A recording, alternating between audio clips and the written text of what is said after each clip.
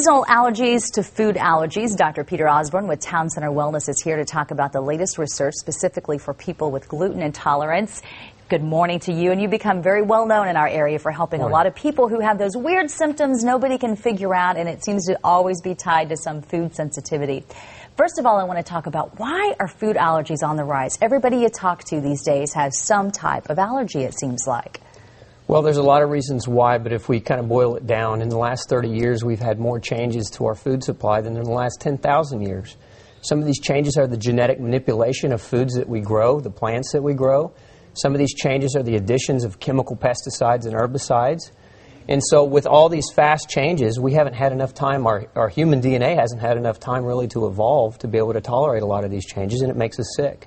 Well, it seems like your life mission is to help all these people who are sick from this problem, and it seems like, have the latest research on all of this. And so a lot of the medical community is starting to listen to what you have to say. You had a huge expo for over 1,000 people recently and came out with some new statistics, some new research that's going to scare a lot of people who are gluten intolerant, but you feel like it's important information they need to know. Let's talk about what you have found out about types of food that are often replacements for people with gluten intolerance. So a lot of people that go on a gluten-free diet end up going and buying the breads and the pastas and the cereals that are made with corn and rice and other grains. And the problem with that is we've identified grains in corn, or rather gluten grains in corn, or gluten proteins in corn, that actually can trigger the same type of response that we see in patients with gluten sensitivity.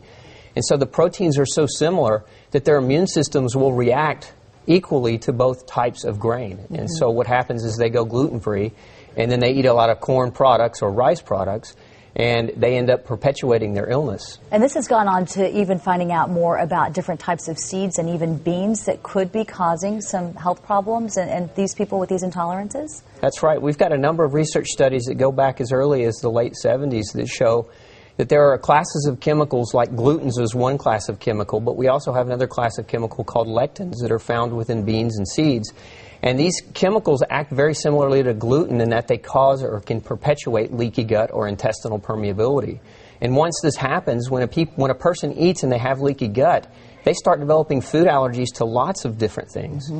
This is scary for people because I would think because there's not going to be any replacement for them. It's not going to be able to just go to the gluten-free section, because it sounds like you're talking grain-free is what they would need. Well, yes, that is primarily what they need. A lot of the grains, again, they are inducers of autoimmune disease. They are inducers of intestinal permeability.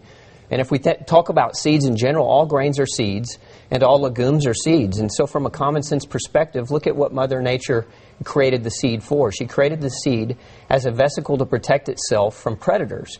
And so that seed's job is perpetuation of the species. And so as humans are predators of the seed, those seeds have to have some type of ability to protect themselves from extinction. And part of that is chemical warfare against the human gut.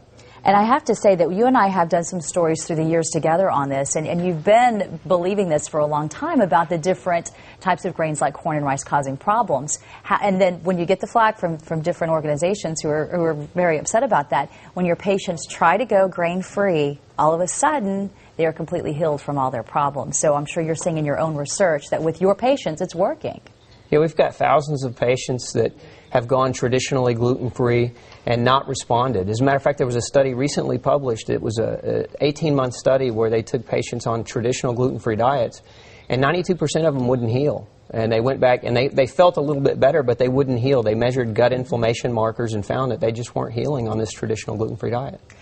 It seems like we see gluten-free everywhere now. Is that because it's just becoming popular, or is it because more and more people are realizing that this is a problem? Both. You've got the realization that gluten is a problem is we have more awareness. But the other issue is we've got a food guide pyramid that recommends 8 to 10 servings of grain a day. We've got commercials that promote whole grain as if it's a healthy thing.